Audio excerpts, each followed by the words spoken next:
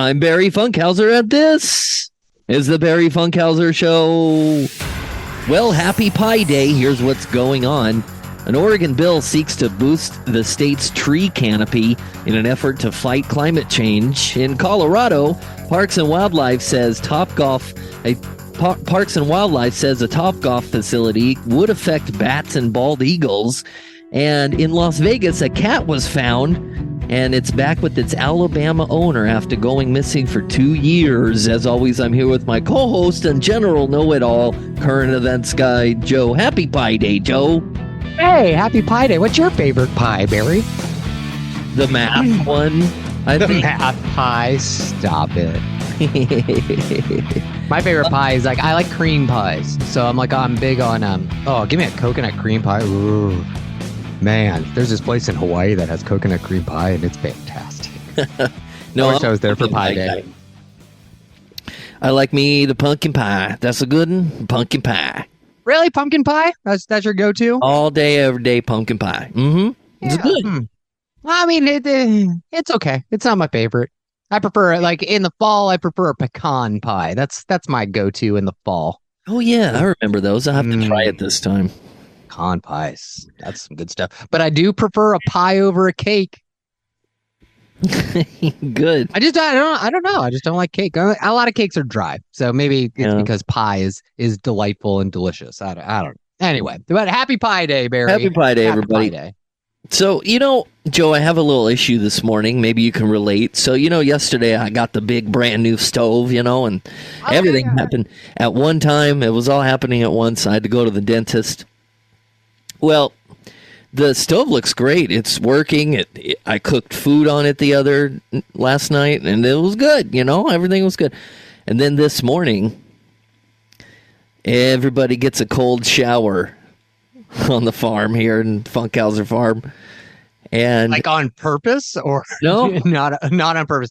So what happened to your gas line? Well, see, the guys installed the thing, and I was at my dentist appointment, and, the last thing you tell the guys that install anything at your house is, did you make sure everything's back to the way it was, before you leave? Well, they didn't. They turned off the gas line. They didn't turn on the hot water heater. Oh, no. So, I mean, it's an easy fix, though. You just go turn it back on, right? Well, nobody here knows how to do it. We've all tried it, and it's not working for us. It's not. You don't know how to fire up your water heater? No, man, there's a button that goes click, click, and a knob, and it's not doing it. Not doing it. So we call in the gas company. They're going to come out tomorrow, so everybody's got to deal with the cold shower until the gas guy comes tomorrow. Oh, I'm telling you. Find your brand of water heater, get the numbers, and then just do a YouTube search, and you'll find a tutorial on how to get it fired up. I'll try again, but man. I spent the other option. Here's the other option for you. That if the actual pilot light isn't working, the button's not clicking, you can use a matchstick lighter. You just got to be a little bit more careful. You can't don't let the gas build up, or you're gonna blow yourself up. Yeah. So please don't blow yourself up. Yeah, I ain't doing any of that. The gas guy's gonna do it tomorrow. Oh, really? Oh, see, you know what? A cold shower is reason enough for me to risk blowing myself up. I hate cold showers that much. I spent another cold, hard 15 out there trying to figure it out, and that was enough. Oh, wait. Okay. What about, can you just, okay, so, but you have a working stove, correct? Oh, yeah, it's working marvelously. Okay. Well, then that's great. How many pots do you have? Can you fill all of your pots with water, boil all the water, and then just pour the boiling water into the bathtub? Like old school, Little House on the Prairie style. 1800s, no electricity kind of bath shower. Exactly. You could totally do that. It would give you some hot water at least. I'll think about it. It depends on whether or not the guy comes tomorrow. That's true. Your parents might be out of luck, but you could actually drive to Eve's and go take a shower there. Oh, she's going to have a rude awakening when she shows up tomorrow. She wants to take a shower. Hey, guess what? Oh, wait. Let me tell you. Cold shower. Let me start boiling some water. All right. Well, let's get into the news today. Well, up in Oregon, there's a bill that seeks to boost the state's tree canopy in an effort to fight climate change. This bill would create a grant program to fund tree planting programs in communities that lack a tree canopy. Listen to this. 20 years ago, this was a landfill. Now, Cully Park has rolling grass hills, a fenced dog park, and a community garden. And that's in large part due to the work of Verde, an environmental justice organization based in the Cully neighborhood of Northeast Portland. It really combated the negative effects of pollution that the landfill was creating in the neighborhood. Representative Con Pham, who represents part of outer Southeast Portland, said she drew inspiration from Verde when she was drafting House Bill 3016. She also had the heat dome of 2021, which hit her district especially hard, fresh in her mind. In 2021, my district, HD46, was one of the most impacted in terms of the number of people who died in the heat dome. Those temperatures are lethal, and we know that low-income communities, communities of color, are more likely to live in those communities that don't have access to tree canopy. Her bill has an easy acronym, TREES, and it stands for Trees Restoring Economic and Environmental Stability Act. It would create a statewide assessment of tree canopy and a grant program that would help pay for tree planting efforts in areas where canopy is lacking. Pham says the bill is aimed at helping improve tree cover across the whole state, not just in urban and suburban areas. That would be welcome news to Eddie Melendrez, a city council member in Ontario on the far eastern side of the state. There's a lot of sagebrush, a lot of mountains, but there's not a lot of trees. And Melendrez said they've seen the effects of climate change in Ontario firsthand. What I've seen is every year we're always in a drought. Every year is like a drought season. We're always hoping for snowfall, for the more rain. That's just one of the problems Pham said this bill would help address. We do know that trees are one of the cheapest, most effective ways to reduce climate pollution, to cool our air, to refresh our water table, recharge our water table. And the bill, which is estimated to cost around $15 million, still needs to move through a committee vote before it can reach the House floor. But Pham, she's optimistic about it passing. What I've been really heartened to see is that all parts of our state are really coming together to express the need for a bill like this. And I'm happy to see bipartisan support. You know, Joe, I tell you that we should be doing this down in California, especially in the suburban areas, because where my sweetie lives in Van Nuys, there's not a lot of tree canopy. And I know there's a lot of concrete, but there's a lot of tree stumps, and former trees. And I wish this caught on in more states, not just Oregon. But what do you think? This is a good idea. No, I think we do that. When we have tree people here, my favorite charity of all time, all they do is plant trees in the Southland. This is what that organization does all day, all week, all month, all year long, is just plant trees places.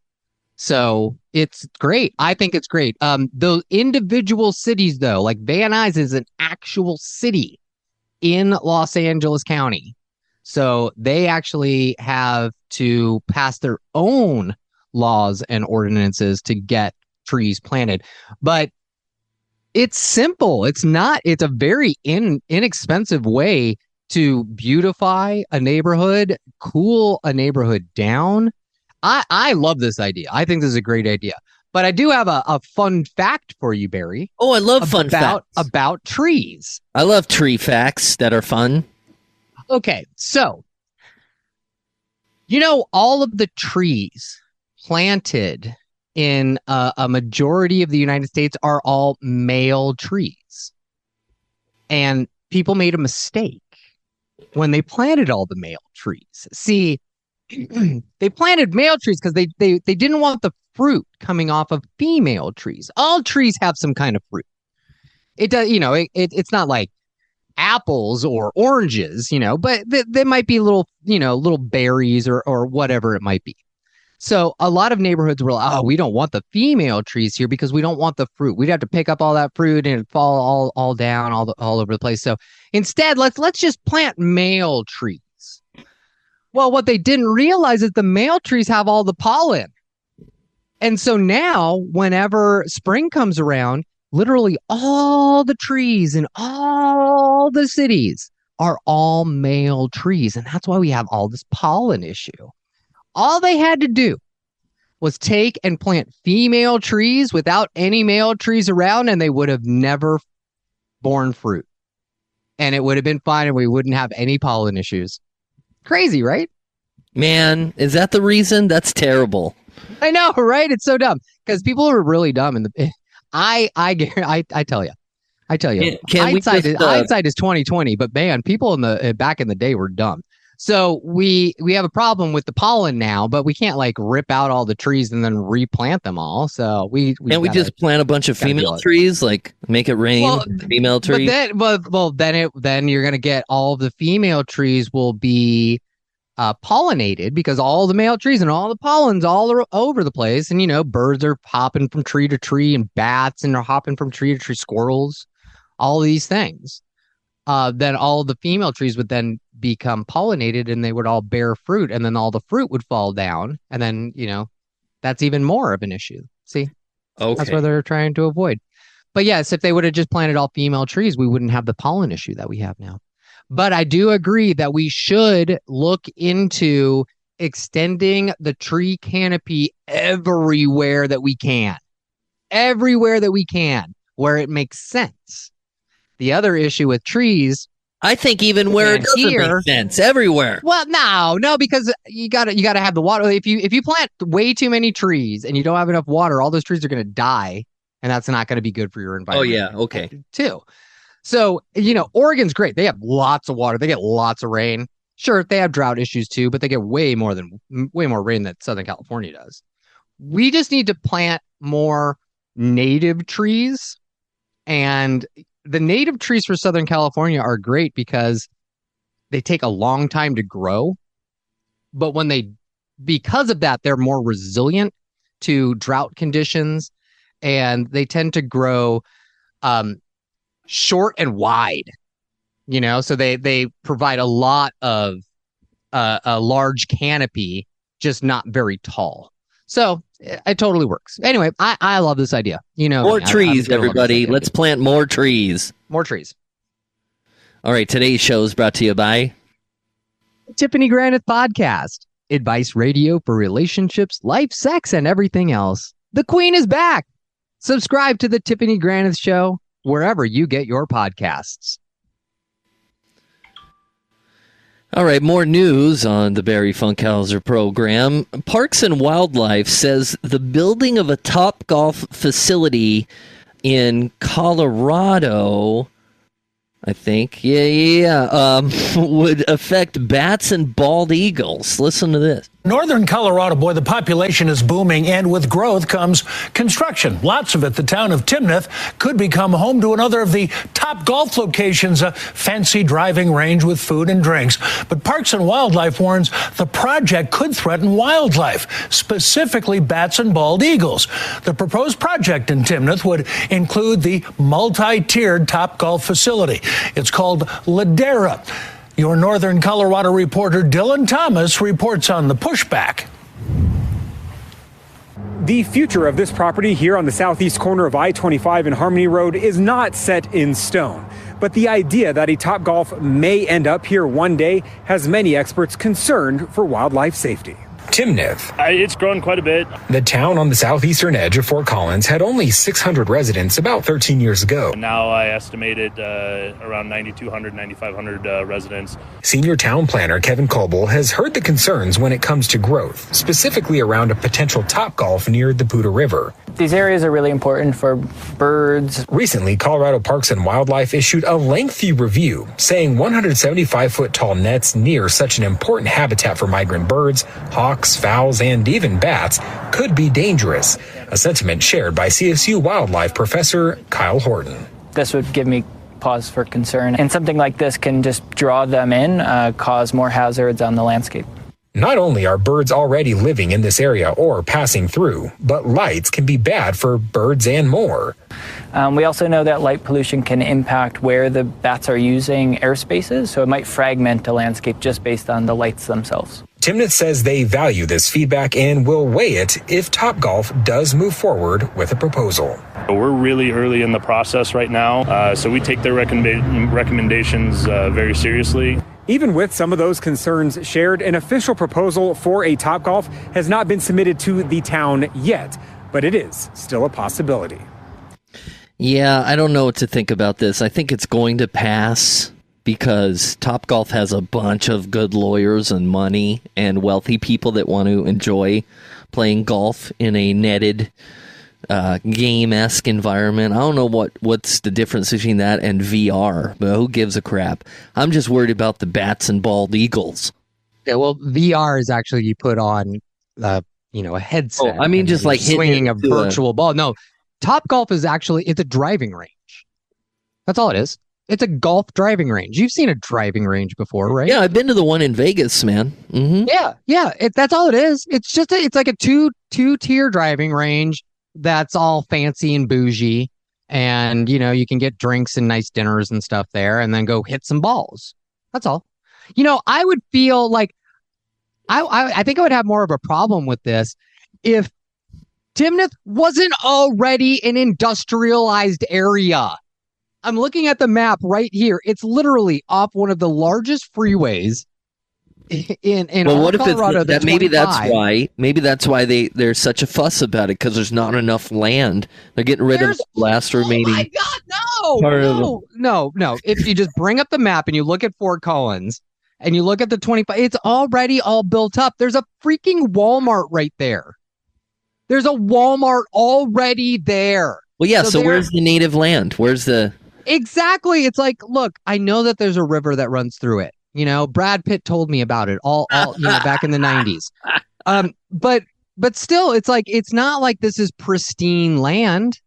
This is already built up. They are literally going to build next to a Walmart super center. There's already light pollution here. There's not Topgolf. This is not going to do much of anything. Sure, the net's going to suck. The netting is gonna be an issue probably, but the netting is an issue at every single driving range ever. Oh, so you're saying that bald eagles aren't hanging out at the local Walmart? No, I am okay. Timnath is saying that like basically their town is a bald eagle refuge. That is highly suspect. Very highly suspect. So. I am all for nature and I am all for protecting our open spaces. I'm sorry, Timnath, you are not an open space. You are like, it's like the warehouse district past downtown. That's what Timnath is. That's what it's become. It's like, sure, now they have like some residents moving in and stuff, but that's all it was. It was like a warehouse district. So don't be giving me like this is going to hurt the environment and stuff. No, I'm sorry. You hurt the environment 50 years ago and you built this place up. It's not, you can't change it. Like, unless you pull everything out and you make your entire city one big park, I have no sympathy for you. Bring in Topgolf. That's fine. Okay, so we're in agreement then. It's going to pass. Yes. Like it's not like Topgolf's like, hey, you know what? There's this great place in the middle of Joshua Tree National Park, and we want to put a driving range there. No, they're not doing that. They're not going like, hey, we want to go up into the mountains of Colorado, and we want to take this pristine, beautiful pasture, open pasture, and we want to put like a casino there.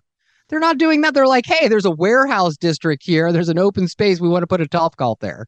That's what they're doing. They're literally going to take a parking lot and they're going to convert it into grass. What's wrong with that? Okay. All right. It's like, come on, guys. Let's shine up our 9 irons and get to Timnath then, I guess. I guess so, but pick your battles. This is not a battle that you're going to win, and you're expending all of this energy for no reason. Like environmentalists, like, please be smarter about what you're going to fight. You can't fight everything. So infuriating. Yeah. All right. More news on the Barry Funkhauser Show. Well, the adventure for Raven the cat has ended as she is cozy in her Alabama home again after 2 long years. What a story. Hear this. I could not sleep. I am just ready to get her back. Tracy Cost is waiting for a special passenger. I'm just so ready to see her. Y'all don't have a clue. She's waiting here at the Birmingham airport for a family member she never thought she would see again. Until we found out she was in Vegas, I had still been going out and calling for her.